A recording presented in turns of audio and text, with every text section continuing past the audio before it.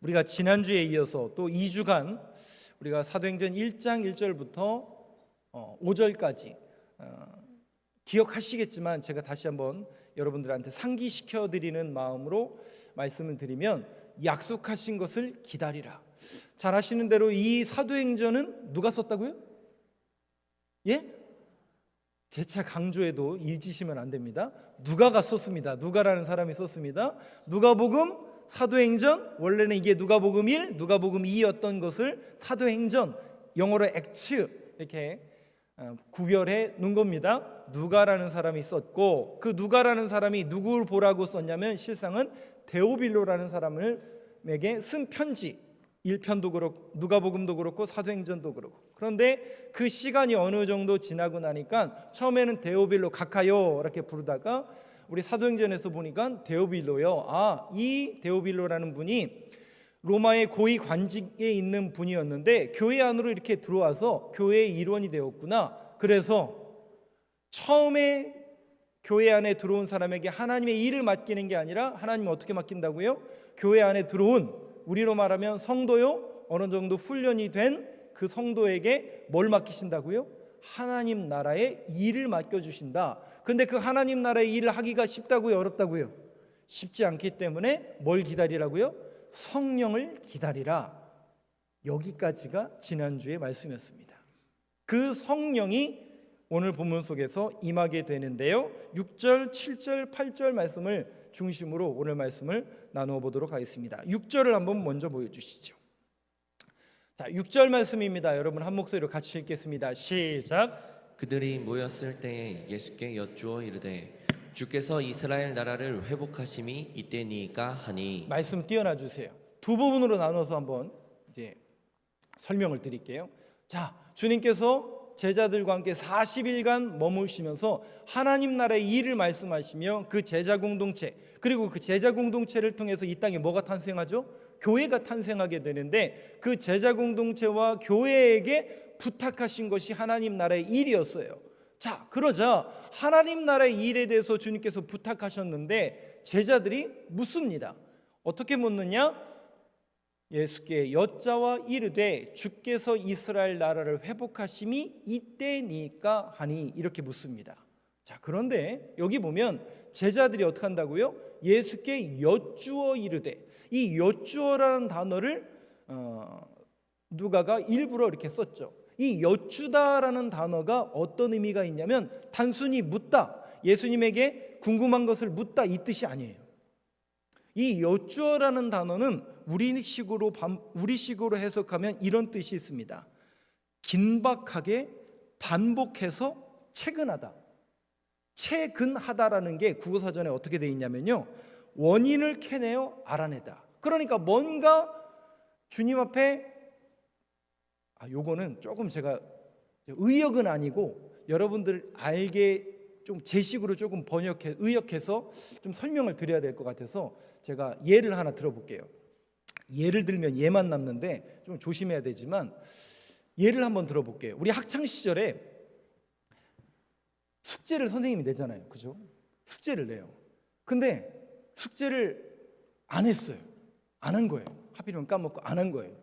그러면 마음속에 어떤 마음이 있습니까? 두근반 세근반 하면서 선생님이 숙제 검사를 할까 말까. 근데 그날따라 하나님이 그건 아니죠. 그날따라 선생님이 숙제 검사를 안 하는 거예요. 그러면 속으로 어떻게 합니까? 하나님이 이건 아니지만 쾌재를 부르죠. 근데 꼭 그런 친구 있잖아요. 누가 있어요? 네, 손 들고 선생님 오늘 숙제 검사 안 했는데요. 그러면 어떻게 되는 거예요? 공공의 적이. 근데 그 친구는 잘못했어요? 잘못한 거예요? 잘못한 거, 옳은 일을 한 거예요. 잘못한 건 아니잖아요, 그죠? 근데 뭐가 되는 거예요? 적이 되는 거죠. 적이 되는 거죠. 그러니까 뭐냐면 이 친구는, 그러면 손 들고 선생님 숙제 검사 안 했는데요 라고 당당하게 한 이 친구는 뭐를 했다는 얘기예요? 그런 마음과도 비슷한 것 같아요. 그러니까 제자들이 뭔가 자신들이 기대하는 게 있어요. 기대하는 게 있고, 자신들이 기대하는 게 있고, 뭔가 하나님 우리 주님한테 확인하고 싶어서 질문을 한 거예요. 그래서 어떤 질문을 하느냐, 이런 질문을 하는 겁니다. 하나님께서, 주께서 이스라엘 나라를 회복하심이. 자, 근데 이 회복이라는 단어가 우리식으로 말하는 치유하다, 치료되다, 뭐 안 좋던 분이 일어나다, 이런 힐링의 느낌이 아니에요. 원문에 가까운 이 회복하다라는 단어가 치유가 아니에요. 이 단어는 영적인 단어이고, 특별히 영적인 단어라기보다는 조금 더 어느 쪽에 가깝냐면 정치적인 용어예요. 정치적인 용어. 우리 1997년에 무슨 일이 있었냐면 세계사 속에서 홍콩이 반환됐어요. 기억나시나요 혹시? 그게 왜 그러냐면 1898년도에 영국과 중국이 1차와 2차에 걸쳐서 아편전쟁이라고 불리는 전쟁을 하게 되고, 승전국이 중국이 아니라 영국이 됩니다. 그래서 영국이 어디 땅을 차지하게 되냐면 지금의 홍콩, 마카오를 차지하죠. 그래서 100년 동안 거기를 자신의 자치령으로 썼습니다. 그 100년 동안 썼던 약속이 끝나고 97년도에 반환이 됐어요. 이때 이 반환한다고 할 때 쓰는 용어가 회복한다는 뜻이에요. 그러니까 오늘 본문의 6절에 이스라엘 나라를 회복하는, 이스라엘 나라를 구원하고 반환하는 이런 의미. 그러니까 어떤 이 나라를 붙들고 있는 다른 세력으로부터의 반환, 회복, 독립을 의미하는 단어로서 회복이라는 단어를 썼어요. 이건 정치적인 용어예요. 그러니까 사도 누가가 지금 의도적으로 요 6절 말씀을 쓰고 있고, 그 안에 내포되어 있는 의미는 어떤 의미냐면 이런 뜻이 되는 거죠. 아직도 이 제자들의 인식과 세계와 이 신앙 고백 속에는 벗어나지 못한 그 틀이 있어요. 여러분, 이 제자들은 어떤 사람들이었습니까? 예수님을 쫓아다녔던 사람들이에요. 그런데 어느 날 예수님을 잘 쫓아다녔는데 세상에 예수님이 자기 죽으러 간대요. 자기 고난받으러 간대요. 그러니까 제자들이 어떡합니까? 무너져 내리는 거죠. 아니, 내가 예수님을 쫓아다니는 횟수가 얼만데, 내가 예수님을 쫓아다니고 예수님을 이렇게 잘 믿었는데 예수님이 고난받으시고 십자가에 죽으신다니. 여러분, 그러면 돼야 안 돼요? 예? 그러면 돼야 안 돼요? 안 된다는 거예요. 이거 누구 뜻이에요? 누구 뜻이에요? 하나님의 뜻이 아니라 제자들의 뜻인 거죠.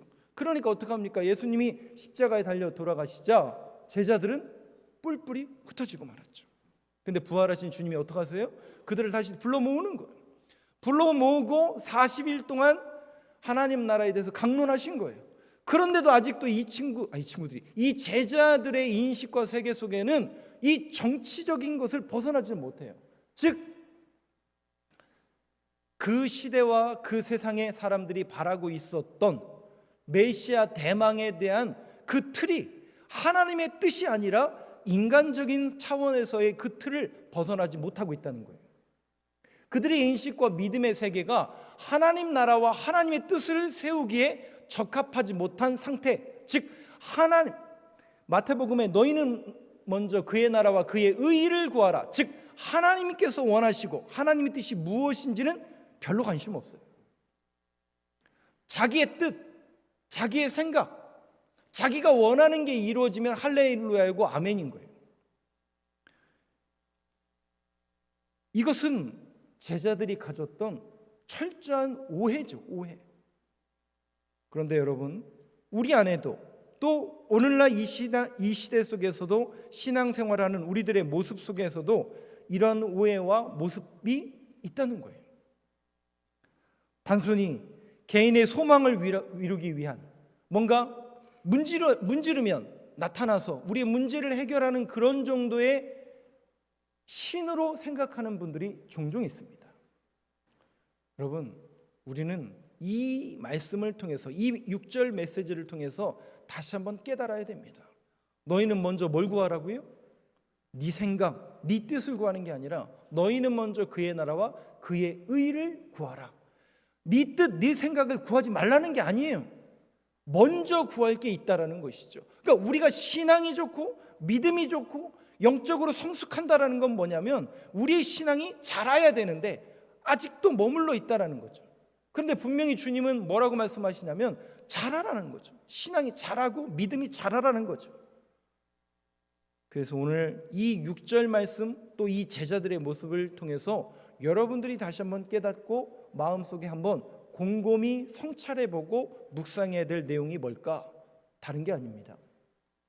내가 왜 예수를 믿어야 하는가? 내가 왜 교회를 다니는가? 내가 믿는 이 신앙이 어떤 종교적인 형식과 틀을 믿는 건지, 내가 진정 예수 그리스도를 나의 구원자로 믿고 있는지에 대한 그 믿음의 고백을 다시 한번 점검할 수 있는 그런 말씀이 되길 간절히 소망합니다. 자, 그런 제자들에게 주님께서 이렇게 대답하십니다. 7절 말씀 한번 보여주시죠. 그런 아직도 벗어나지 못한 인식과 믿음의 세계가 벗어나지 못한 그 제자들에게 주님이 이렇게 말씀하시는데요. 7절 한번 여러분 목소리로 같이 읽어보겠습니다. 시작. 이르시되 때와 시기는 아버지께서 자기의 권한에 두셨으니 너희가 알 바 아니요. 이르시되 때와 시기는 아버지께서 자기의 권한에 두셨으니 너희가 알 바 아니요. 때와 시기 궁금하죠. 그 하나님의 때, 하나님의 나라, 하나님의 뜻 몇 월 몇 시 몇 시에 정확하게 이루어지면 얼마나 좋겠어요. 그래서 우리는 늘 궁금합니다. 그 뜻이 언제 이루어질지. 그리고 그것을 맞추면 저 사람은 엄청 용한 사람이네. 과연 그럴까요? 주님은 한 번도 이 땅에 내려오셔서 몇 날 몇 월 며칠에 무슨 일이 일어난다라고 말씀하신 적이 없어요. 징조에 대해서 말씀하셨어요. 멸망할 것을 말씀하셨고 예언을 하셨어요. 그러나 언제 그날이 이루어질 거라고 몇 날 몇 월 몇 시. 근데 우리의 관심은 온통 어디에 있어요? 그게 언제 일어나는 거냐요. 목사님이 능력 있는 목사고 용한 목사라면 제발 몇 날 며칠에까지 이루어지길. 그래서요, 그날 일어나면 우리의 관심이 온통 여기에만 몰두되어 있다니까요.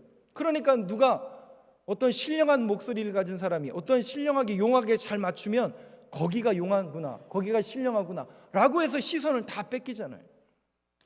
근데 여러분, 정말 용한 사람, 정말 신령한 건 뭐냐면 이걸 믿는 사람이에요. 성경을 믿는 사람들이에요. 그래서 여러분들이 성경 말씀에 깨달음을 얻어야 됩니다. 하나님의 말씀에 붙들려 있어야 됩니다. 여기에서 자꾸 이상한 걸 만들어내고, 분명히 주님이 뭐라고 말씀하시냐면 내 권한이 아니에요. 그건 아버지만이 아시는 것이다. 그래서 제가 이거 몇 차례에 대해서 말씀을 드렸잖아요. 아버지의 권한이다? 그러면 우리 주님은 주님이 아니신가요? 아니요. 이것은 삼위 하나님, 성부와 성자와 성령 하나님의 기능적으로 하시는 일의 차원으로 여러분들이 이해를 하셔야 돼요. 예수님이 그 기한을 무너니까, 그 권한이 없으니까 하나님이 아니다, 이렇게 해야 될 부분이 아니라는 거예요. 이것은 성부 하나님의 고유한 권한이라는 뜻이에요. 왜냐하면 우리가 유대인들의 결혼식 그 풍습 속에서 제가 여러 차례 말씀을 드렸잖아요. 유대인들은 2번 결혼한다고 말씀드렸잖아요. 첫 번째는 정원이고 그 두 번째가 결혼.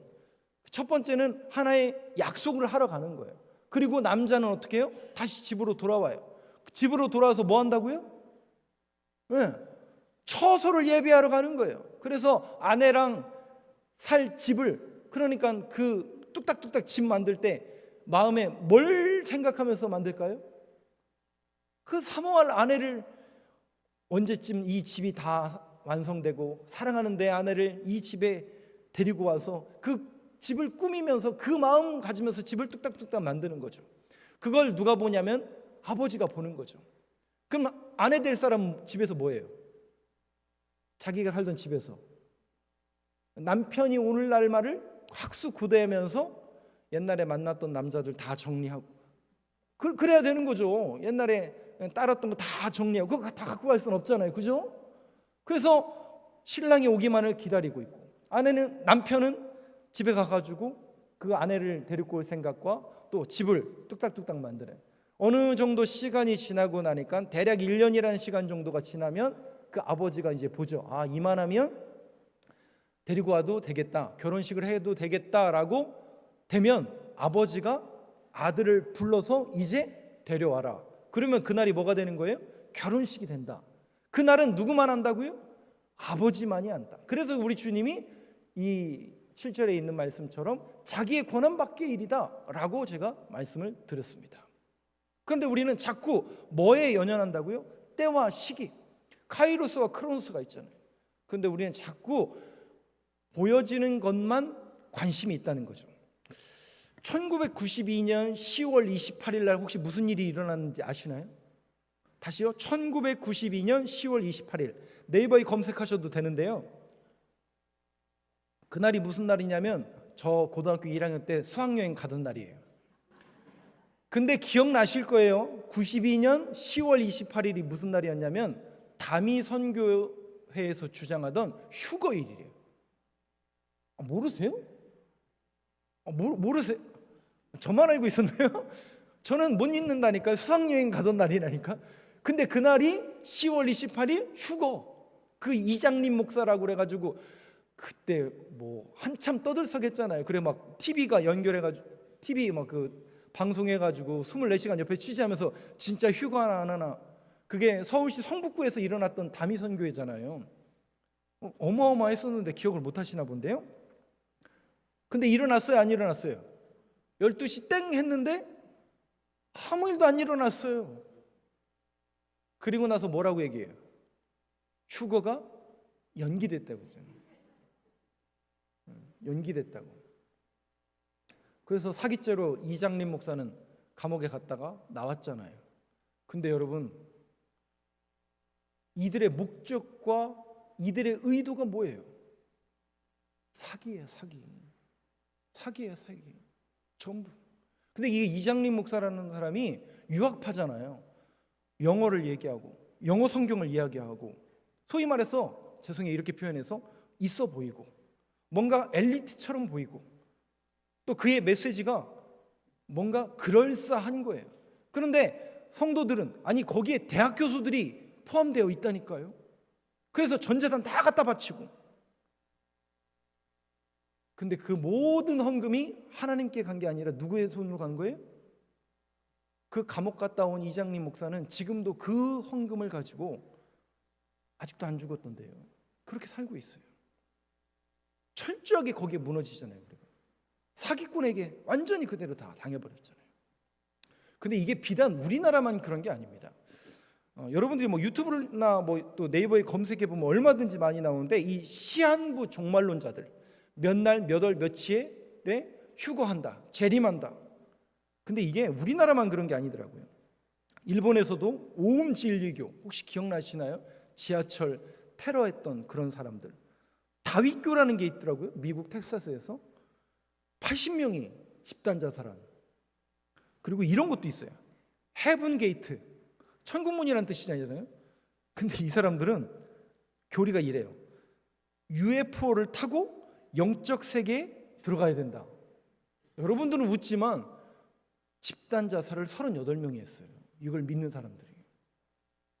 그리고 1978년도에는 인민사원이라는 종교를 만들어서 세상에 커네티컷 주에서 짐 로스라는 사람이 짐 존슨이라는 사람이 세상에 900명이 집단으로 자살합니다. 그러니까 이게 비단 우리나라만 그런 게 아니라 기독교가 선포되어 있는 곳에는 이런 이단들도 나아가 있다는 거죠. 그러니까 만연해 있다는 거예요. 그럼 왜 여기에 빠지고 그 똑똑한 사람들이 또 웬만히 알만한 사람들이 거기에 빠지게 되냐면 자꾸 우리의 관심과 초점이 어디에 있다는 거예요. 내세 쪽에만 있는 거예요.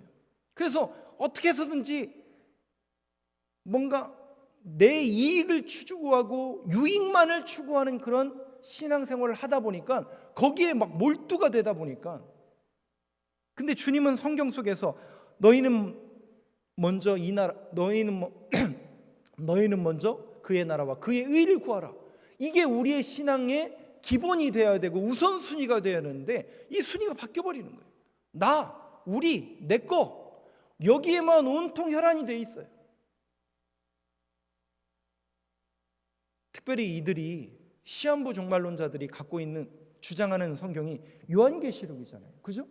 여러분, 요한계시록이 어떤 성경입니까?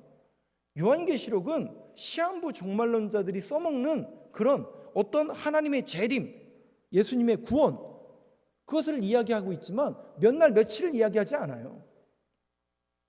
요한계시록의 커다란 화두와 주제는 소망입니다. 소망.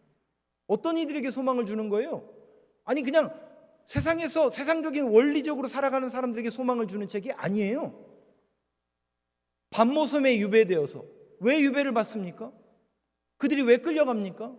예수 믿는다는 이유만으로 끌려가서 죽임당하고 배교하고 실망하고 순교하는 이들에게 아니야, 하나님은 살아계시고 지금도 역사하시고 이 역사의 주관자이시며 우리의 신앙인들을 이끄시는, 우리를 소망으로 인도하시는 분은 하나님이야. 다시 한번 그들을 일으켜주고 그들에게 소망을 주기 위한 메시지로서 요한계시록을 쓴 겁니다. 요한계시록은 소망의 책이고 먼 미래에 일어날 일을 얘기한 게 아니라 오늘 이 시대를 살아가는 우리들에게 소망을 주는 메시지인 거예요.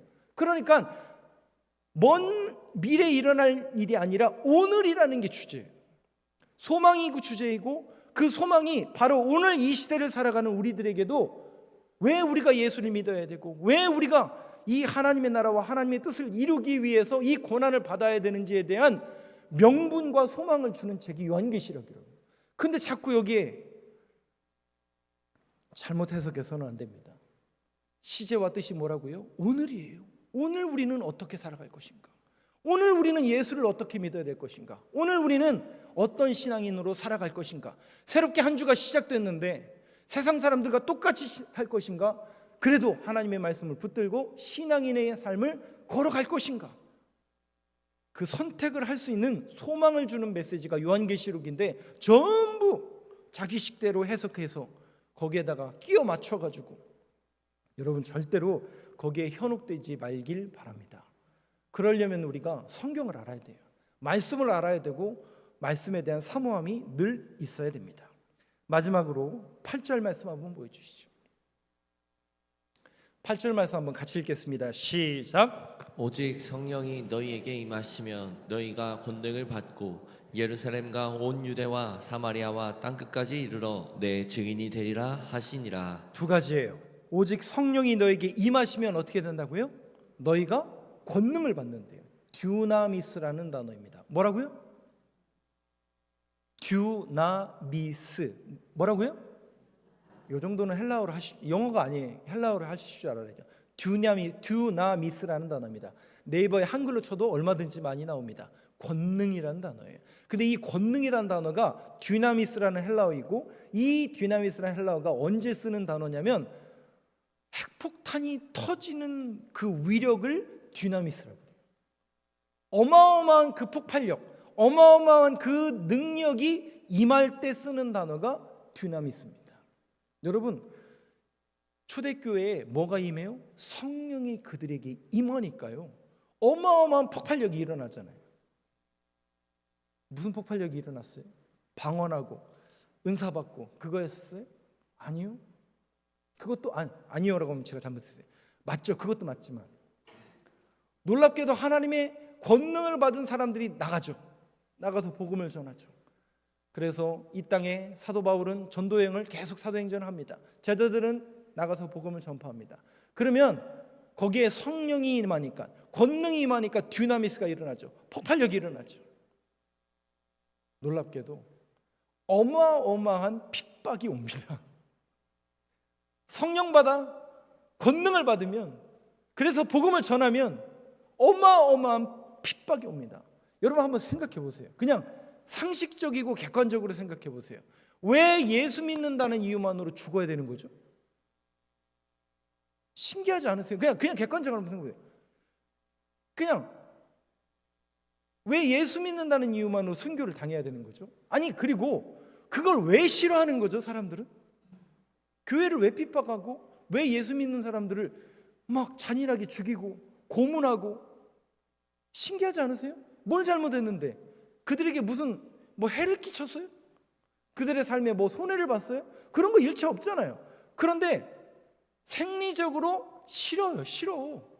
그래서 이상하리만큼 하나님의 말씀을 전하고 복음이 선포되면 듀나미스, 권능이 임해서 그 임팩트가 엄청난 핍박이 몰려옵니다. 신기하죠? 근데 신기할 게 없어요. 신기하지 않으셔도 돼요. 왜냐하면 이건 당연한 거예요. 왜냐? 그들과 우리는 편이 달라요. 편이 달라요. 이것은 창세기부터 하나님께서 이 땅에 오셔서 완성하실 그 나라가 이루어지는 그때까지 벌어질 영적인 전쟁이기 때문에 그런 거예요. 저와 여러분들의 편이 다르기 때문에 달라요. 편이 다르기 때문에 그들과 다른 거예요. 생리적으로 맞지 않고 뭐 이상한데 저 사람 왜 저러지? 자기가 손해보고 저 사람한테 뭔가 불이익을 당한 게 없는데도 그냥 기독교가 싫은 거예요. 저들이 말하는 게 싫고 저들이 복음을 전하는 게 그냥 싫은 거예요. 그걸 여러분들이 이해를 하셔야 돼요. 근데 너희들에게 권능이 임하면, 성령이 우리에게 임하면, 저는 어렸을 때 무서웠어요.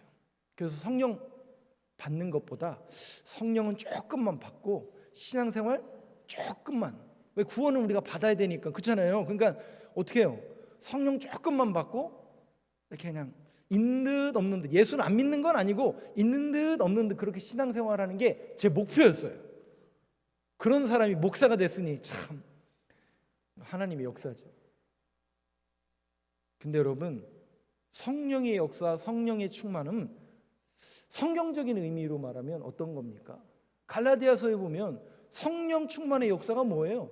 사랑과 희락과 화평과 오랩참과 자비와 양성과 충성과 온유와 절제 아니에요. 우리에게 손해를 보게 하고 우리에게 불이익을 주는 게 어디 있어요? 그죠? 다시 외워드려요. 사랑과 희락과 화평과 오래참과 자비와 양성과 충성과 온유와 절제. 근데 이 성령 충만한 사람은 이것이 열매로 나타나게 되어 있다고요. 그래서 우리가 보편적으로 볼 때 성령 충만한 사람은 딱 두 가지 표징밖에 없어요. 첫 번째가 뭐냐면 그런 성령의 열매가 있기 때문에 입에서, 그의 행동에서 감사가 흘러나와요. 뭔가 다르죠. 나랑 똑같은 문제를 당하고 있는데도 저 사람은 뭔가 다르죠. 왜? 사랑과 희락과 화평과 오래 이거 있으니까. 그게 열매로 나타나니까 다른 거예요. 어디 막 무섭게 막 변하고 그런 게 아니에요. 절대로. 감사예요. 감사. 그래서 이상한 거죠. 세상 사람들이 볼 때는. 병원 신방을 가보면 여러분 잘 아시는데, 예전에는, 지금은 이제 병원 신방 가도 뭐 신방도 못하고 코로나 이후로 못하지만 병원 신방에 가보면 여러분들이 이렇게 병동에 가보면 우리가 이제 기도해 드리러 가서 또 찬송도 부르고 옛날에 그러잖아요. 그러면 거기 있는 사람들이 그걸 생리적으로 조금 싫어해요. 그런데 처음에는 그걸 싫어하고, 그런 기독교인들이 오면 거기 있는 다른 사람들이 조금 싫어하는데, 하루가 지나고 이틀이 지나고 3일이 지나면 이 사람들이 궁금해요.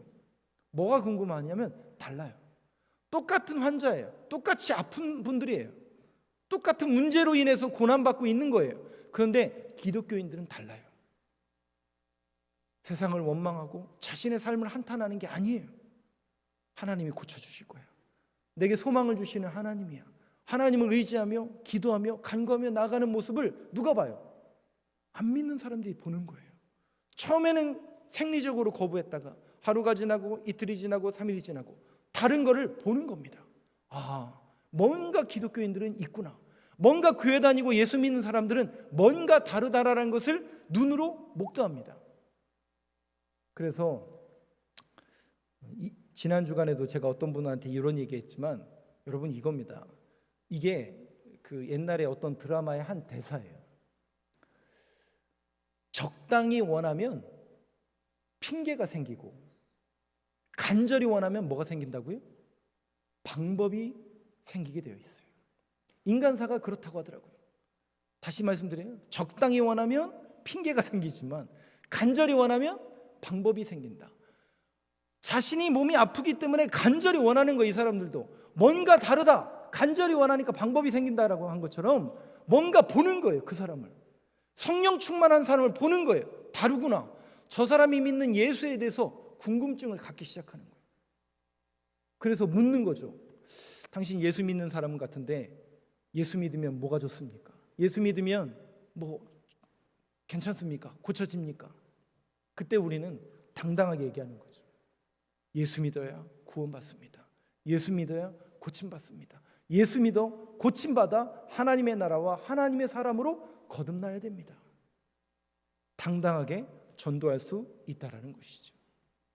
그것이 성령 받은 사람. 첫 번째 표징이 감사예요.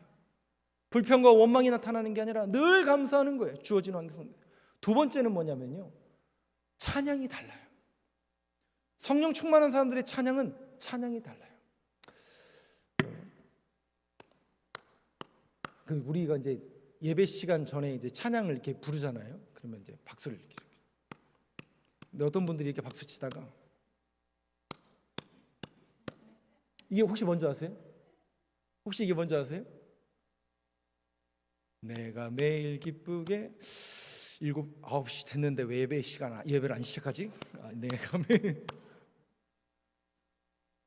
과연 이게 성령 충만한 겁니까, 여러분? 다르다니까요. 감사가 있고요, 성령의 열매가 있는 사람은 그 찬양을 부를 때마다 뭐가 나오는 거예요? 그 감사의 고백이 찬양으로 나오는 거예요. 거기에 몰입을 하는 거예요. 그래서 여러분, 저희 교회가 그래도 시간은 정확하게 들여서 예배를 시작하려고 노력하잖아요. 뭐 수요 예배든 금요 예배든 또 우리가 정규 새벽 예배든 또 주일 예배든. 근데 우리가 앞에 이렇게 찬양을 부르잖아요. 그러니까 여러분들이, 제가 여러분들한테 권면의 말씀을 드리면 일찍 오셔서 같이 찬양을 같이 불러주세요. 특별히 우리 찬양을 인도하시는 목사님들, 또 우리 찬양단들은 하루 전날부터 와서 연습하고, 저들은 그 찬양을 위해서, 이 찬양의 시간을 위해서 기도하고 늘 준비하고 있거든요. 여러분들, 우리가 성령 충만하다라는 게 감사와 찬양으로 드러나야 된다면 찬양이 바뀌어야 돼요. 박수가 바뀌어야 되고요, 우리의 노래가 바뀌어야 돼요.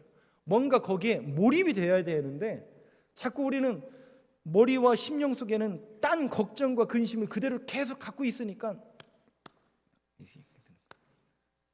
적어도 여러분들이 그 찬양을 부르는 모습이 바뀌길 간절히 소망합니다. 성령 충만한 사람들은 그 감사와 찬양이 다르다는 거죠. 마지막으로 그 본문 다시 한 번만 보여주세요. 8절 말씀. 여기에 핵심이 뭐냐면 내 증인이 되라는 건데, 그 증인이 되라는 메시지보다는 어디에 제가 초점을 마지막으로 결론을 내리고 싶냐면 온 유대와 사마리아와 땅끝까지예요. 잘 보세요. 유대 땅, 사마리아 땅끝. 가장 먼저는 어디예요? 그러니까 여기에는 어떤 의미가 담겨 있냐면 우리 주변이에요. 우리 옆에 있는 사람들에게 증인의 삶을 살아내라는 거예요. 에베소서 5장 18절에 보면 술 취하지 말라, 이는 방탕한 것이니 오직 성령으로 충만함을 받으라고 그랬어요. 그 성령 충만함의 삶과 그 증인의 삶이 바로 그 다음 구절이 뭐냐면 아내는 남편에게, 남편은 아내에게, 자녀는 부모에게, 부모는 자녀에게, 우리의 삶의 가정에서부터 일어나야 된다는 거예요. 그러니까 우리 옆에 있는 사람에게 내가 어떤 모습으로 비춰줘야 된다고요? 저 밖에 생판 모르는 사람들에게 전도하는 것도 전도고 그들에게 복음을 전하는 것도 전도지만 가장 먼저는 우리 옆에 있는 사람에게 내가 성령 충만하여 증인의 삶을 살아가고 있다라는 것을 증거로 보여주셔야 되는 거예요. 누구에게요? 우리 가족에게, 우리 옆에 있는 분들에게. 우리의 문제는 항상 여기에 있는 것 아니겠습니까? 사랑하는 성도 여러분, 이 한 주도 우리가 성령 충만하여 살아가야 될 텐데 쉽지 않은 것 알고 있습니다. 그러나 분명한 것은 분명히 주님께서는 우리에게 성령을 주신다고 말씀하셨고, 너희가 권능을 받고 내 주변에 있는 사람들에게 성령 충만하여 증인의 삶을 살으라고 오늘 메시지를 통해서 말씀하고 계시니, 성령 하나님 오늘도 내주하시고 인도하시고 우리의 삶 속에 인도하여 주셔서 새롭게 시작된 이 한 주도 증인의 삶을 살아갈 수 있도록 성령님 함께 하시고 우리의 모든 발걸음을 주장하여 주시옵소서. 그런 믿음의 고백과 그 결단이 이 예배를 통해서 이 메시지를 듣는 저와 여러분들의 삶 속에서 일어나기를 간절히 소망합니다.